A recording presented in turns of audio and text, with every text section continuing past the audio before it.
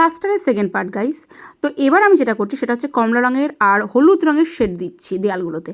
জানিও কেমন হয়েছে, হ্যাঁ শেডটা ঠিক যাচ্ছে কিনা। তো তারপরে সেটাকে একদম ঘষটে চটকে ধূপ ধাপ করে একদম বসিয়ে ফেলেছি সেট। এবার লাস্ট ফিনিশিং আমাকে তো কিছু করতে হবে, তো এই যে আমি একদম সাদা চুনকাম করতে শুরু করেছি সারা দেওয়াল জুড়ে, এদিক ওদিক পুরো মানে কোনায়, দেয়ালের কোনায়, গাদায়, যেখানে যা আছে একদম এই যে ঝাঁ চকচকে করে ফেলছে আর কি। মানে যাই হোক, দেখাতে তো হবে না। তারপরে আমি একটা ধূপকাঠি নিয়ে নিয়েছি, এটা হচ্ছে বাদামি রঙের ধূপকাঠি, সবই আর্টিফিশিয়াল। যাই হোক, সেটাকে একটুখানি ম্যানেজেবল করা হচ্ছে, একদম ধূপকাঠি দিয়ে কালার শেড দেওয়া হচ্ছে এদিকে। মানে এগুলো জানলার কার্নিশ আর কি গাইস। তো কার্নিশগুলোকে কালার করা হয়ে গেছে। দেন এখানে কার্নিশের সাইডগুলোতে আবার একটুখানি গোল্ডেন কালার করা হচ্ছে চারিদিক দিয়ে, সব কিছু দিয়ে। আচ্ছা, এটা দুটোই হয়ে গেছে। এরপরে এক গাদা কালার অপশানস জাস্ট চুজ করে ফেলেছি।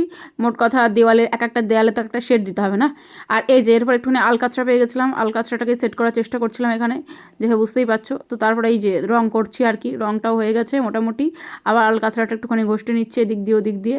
আর হ্যাঁ, এটা হচ্ছে ব্রাশ, চারিদিকে যা ধুলো ছিল ঝেড়ে ফেললাম। এরপরে আমি একটু নস্যি নিয়ে নিলাম, নস্যিটা নাকের উপরে একদম ঘষটে নিলাম। আর এটা হচ্ছে পেঁপের আঠা, এটাকে আমি ভাবছিলাম একটুখানি ঠোঁটের মধ্যে লাগিয়ে নিই, তো সেটাকে আমি লাগিয়ে ফেলেছি। আর দেন লাস্ট ফিনিশিং রক্ত গাইজ, রক্ত, দিস ইজ কল ব্লাড।